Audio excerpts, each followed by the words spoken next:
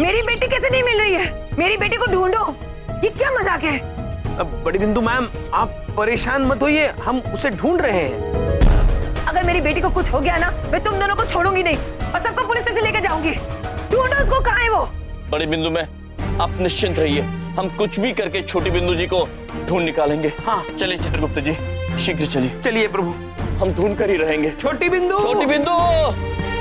पता नहीं मेरी बेटी कैसे होगी, किस हालत में होगी। मुझे मेरी बेटी चाहिए।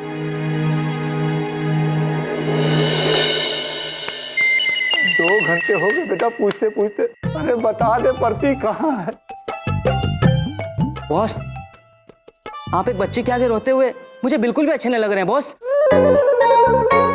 ए लड़की, बताओ पर्चा कहाँ पर है? नहीं तो खबरदार जो ऊंची आवाज में बात करी तो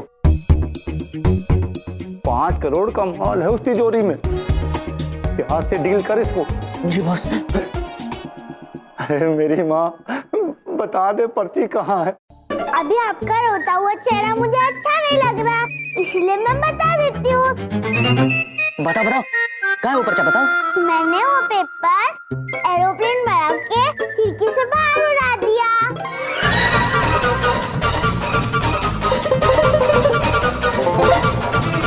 और उड़ाने से पहले मैंने वो नंबर अच्छे से याद कर लिया था। अरे बेटा, हाथ जोड़ लो, नंबर मुझे बता दे मेरी माँ। ठीक है बेटा, मुझे ना वो नंबर याद करना पड़ेगा। और मेरा दिमाग तभी चलता है जब मेरा पेट फुल हो, और मुझे अभी बहुत जोर की भूख लगी है। आप मुझे बेल्जियम चॉकलेट वेफर आइसक्रीम खिला दो ना अंकल। नहीं तूने, जा जल्दी से आइसक्रीम लेके आ।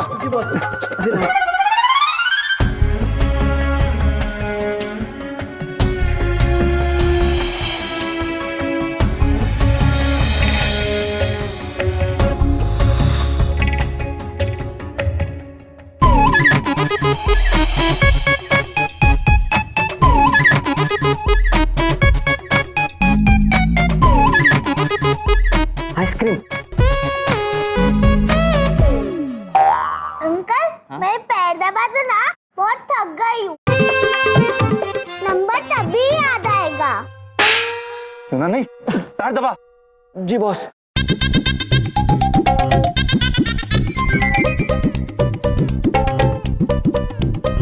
अंकल, मुझे नंबर याद आ गया। प्लीज प्लीज बताओ नंबर क्या है बेटा? नंबर है 6। 6। क्या आगे याद नहीं आ रहा, थोड़ा और खाना पड़ेगा। पिज्जा ट्राई करें? ले बेटा, पिज्जा खा।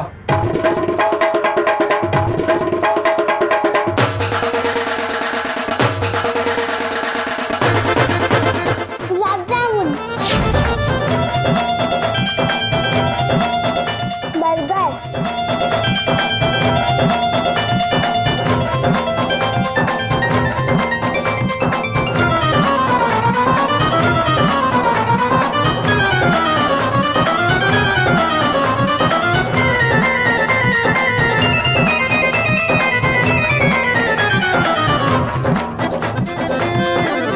बेटा बस 3 नंबर और बेटा, सिर्फ 3 नंबर और याद कर लो। 3 नंबर भी याद हो जाएंगे, लेकिन आने के टाइम इन अंकल ने मेरा एक शूज रास्ते में गिरा दिया था,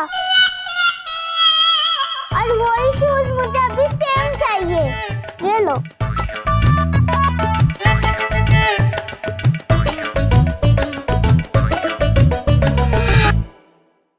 लेके आ जल्दी से।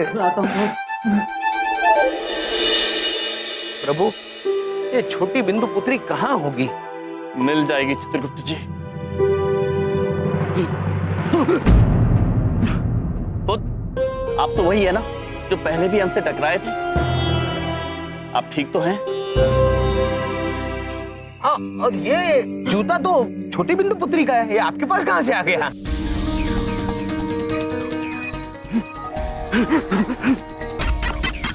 चित्रगुप्त जी। जी प्रभु। ये इस तरह भाग कर क्यों गए? हमें शंका हो रही है। जी चलिए इनके पीछे।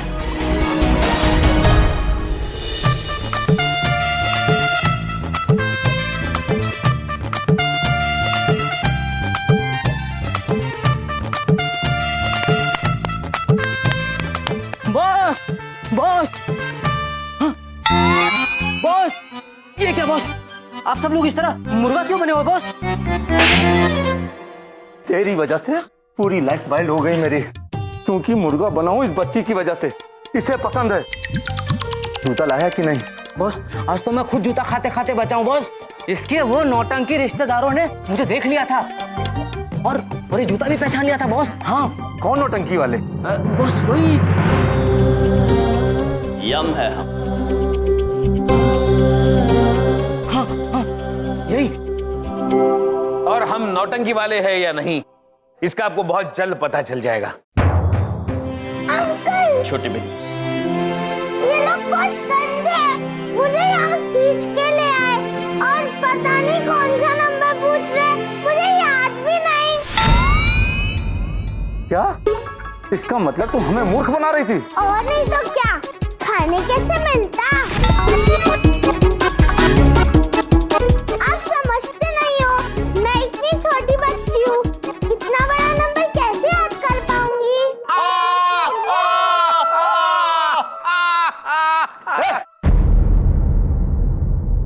हंसो मत, हाथ उठाओ। चित्रगुप्त जी। जी प्रभु। पुत्र तो हाथ उठाने के लिए कह रहे हैं। हाँ प्रभु, अब कह रहे हैं तो उठा दीजिए हाथ। अच्छा बोलो मत, हाथ उठाओ। ठीक है चित्रगुप्त जी।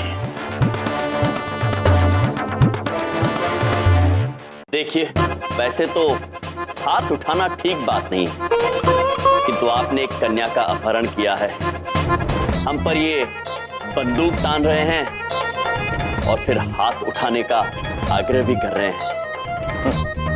तो लीजिए हम हाथ उठाई देते हैं।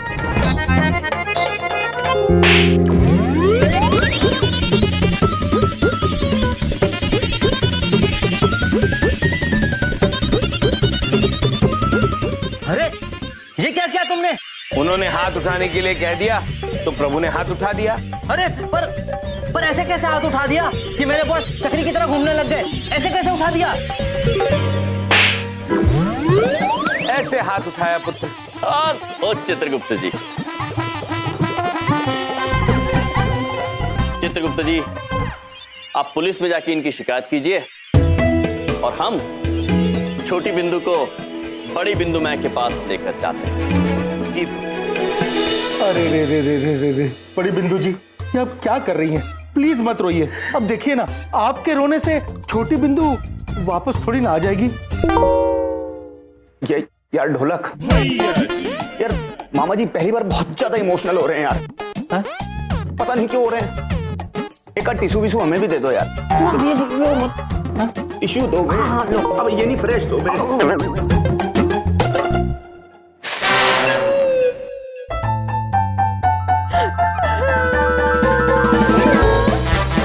अरे ये लो, बहुत ज्यादा ओवर एक्टिंग कर रही हो तुम, इतना काहे रो रही हो? टिश्यू दिया वेस्ट थोड़ी ना करूंगी मैं।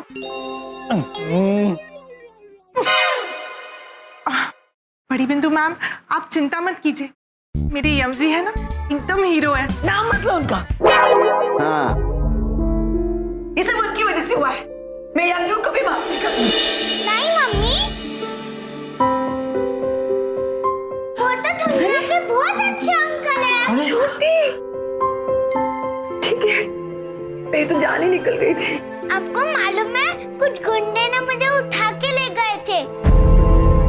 हाँ? और यम अंकल और चित्रगुप्त अंकल उनसे फाइट करके मुझे यहाँ ले आए। माफ कीजिए यम जी, चित्रगुप्त जी, गुस्से में और डर के मारे पता नहीं क्या क्या कह दिया आपको। नहीं बिंदु मैं, आपको क्षमा मांगने की कोई आवश्यकता नहीं है। आप एक माँ हैं, आपका चिंतित होना और हम पर गुस्सा करना उचित था। शुक्रिया, लेकिन बिंदु नहीं, बड़ी बिंदु। आपको मालूम है कि यमराज चित्रगुप्त अंकल ने मेरी सारी बातें मानी, घोड़ा मंगाया, गाना गाया, नाचे। इसका मतलब आपने उन्हें सताया। मुझे आपको डांटना चाहिए, यम जी को नहीं। हाँ नहीं बड़ी बिंदु, मैं बच्चों को प्यार से धैर्य से समझाओ तो समझ जाते हैं, गुस्से की आवश्यकता नहीं पड़ती। जी, और अगर आप प्रेम और धैर्य से छोटी बिंदु को कोई भी बात समझाएंगे तो वो अवश्य इतनी नटखट नहीं होंगी। बिल्कुल बिल्कुल सही कहा आपने। इतनी गहरी, इतनी प्यारी बातें करते हैं आप यम जी। यम्मी, आई मीन यम है आप। मामा जी कुल मिला के एक बात इतनी सी जानते हैं कि किसी भी चीज का अगर अंत भला तो भैया ये समझो कि सब भला है। अब जो बिंदु हो, मतलब जो छोटी बिंदु बोलेगी वो हम करेंगे। बेटा बोलो, जो तुम बोलोगे आज हम वही करेंगे, बात तुम्हारी चलेगी आज बस। मैं बाकी का सारा दिन आपके साथ बिताना चाहती हूँ। मामा जी भागो! अरे पकड़ो पकड़ो! अरे भैया जी, अरे क्या बात है?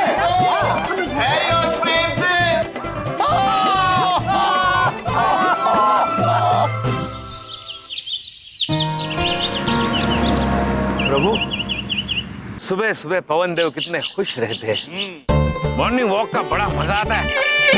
Morning walk. चित्रगुप्त जी, यदि पृथ्वीवासी हमसे यमलोक में मिलने की स्थिति विलंब करना चाहते हैं तो उन्हें भी सुबह सुबह मॉर्निंग वॉक करना चाहिए। बिल्कुल प्रभु। अरे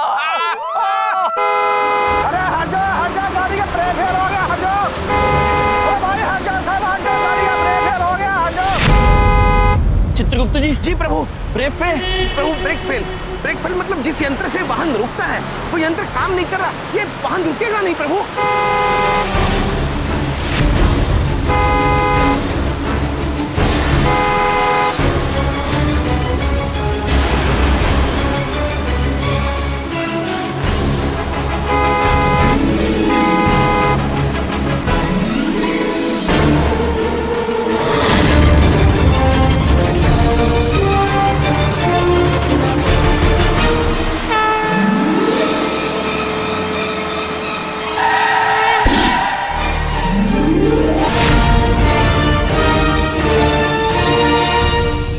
भाई ठीक हो ना? कहीं चोट तो नहीं लगी? हमें खुद हमें क्या हो सकता है, यम है हम। आप बताइए, आपके वाहन को तो चोट नहीं लगी, वो तो ठीक है ना? भाइयों लगता है टक्कर का असर सीधा इनके दिमाग पर पहुंचा है, वरना एक्सीडेंट के बाद कौन कहता है कि ट्रक ठीक है कि नहीं? सही कह रहे हो। चलो इधर हॉस्पिटल लेके चलो। हाँ चलिए चलो चलिए चलिए चलिए हॉस्पिटल लेके चलो।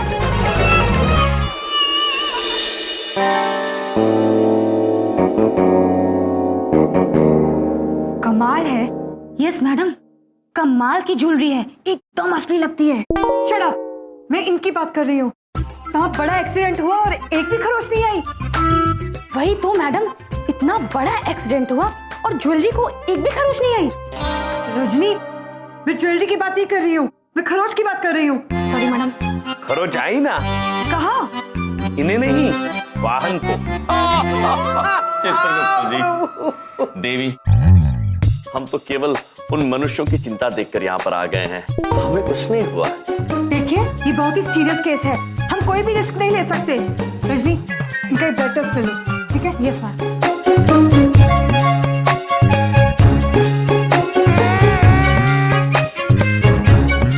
चित्रगुप्त जी। जी प्रभु। ये क्या हथियार तैयार कर रही है और क्यों? ये हथियार नहीं है, इंजेक्शन है। आपका थोड़ा सा खून लेंगे, बस हल्का सा दर्द होगा, बाकी चिंता की कोई बात नहीं। प्रभु, इस वाक्य में दो चुटकुले हैं। एक तो आपका खून निकालेंगे और आपको थोड़ा सा दर्द होगा।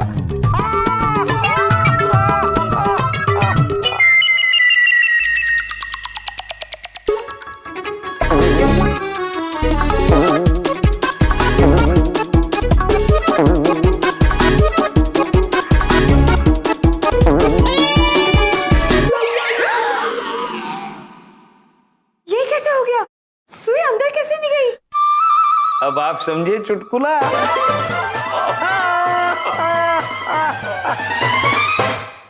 नर्स इनमें साइड हो, इनका नर्स चेक करती हूँ। जरा अपना हाथ दीजिए।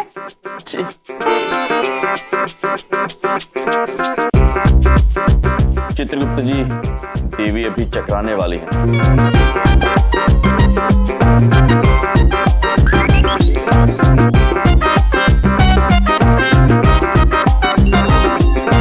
इम्पॉसिबल, नब्ज ही नहीं मिल रही है। नब्ज नहीं मिल रही है? हमने कहा था ना।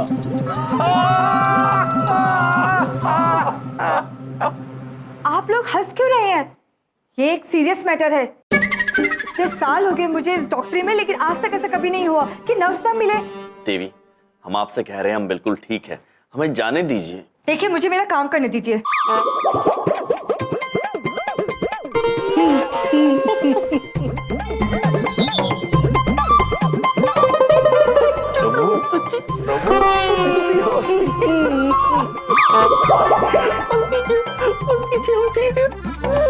ये कैसे हो सकता है? आपके दिल की धड़कन नहीं पता चल रही, नर्व्स नहीं मिल रही, आप जिंदा कैसे हैं? मैडम जी, दिल की जगह पे नहीं है, नर्व नहीं मिल रही है, लगता है बॉडी के सारे पार्ट्स हिले हुए हैं, बस ज्वेलरी अच्छी है। शट अप, कुछ भी बोलती रहती हो। Sorry madam. अब बीपी मशीन लाओ।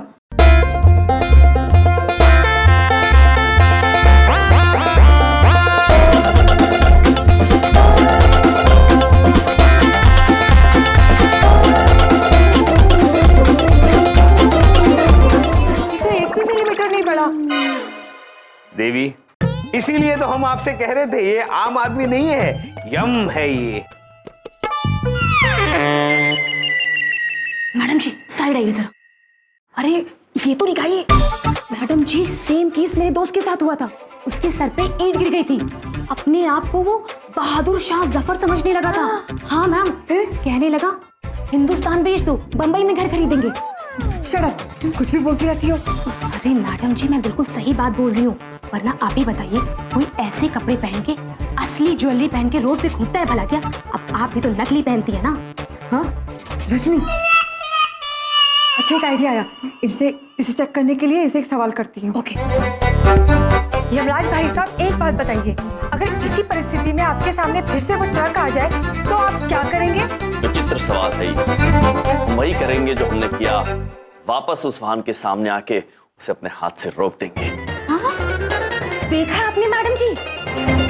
मुझे लगता है ये सीरियस केस है, इनकी फैमिली को इन्फॉर्म कर दो। Okay madam. अरे हाँ बिंदिया, मैंने नाश्ता कर लिया, ऑफिस जाने के लिए रेडी हूँ, शिखा भी कॉलेज जाने के लिए रेडी हो रही है। और सुनो, बड़ी बात नहीं बोल रहा हूँ, शिखा के लिए मैंने टिफिन भी बना दिया। पापा झूठ बोल रहे हैं। चुप।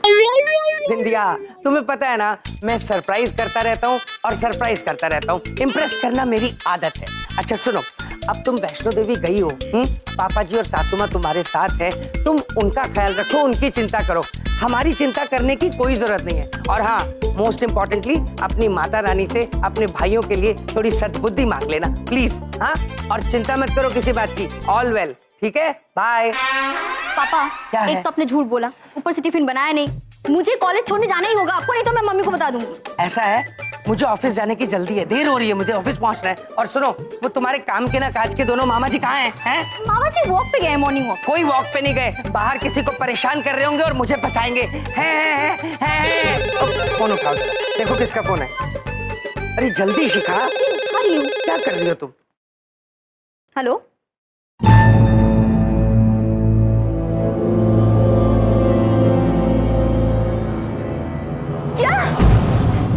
क्या हुआ शिखा, क्या हुआ? किसका फोन है? पापा, या मामा जी का एक्सीडेंट हो गया,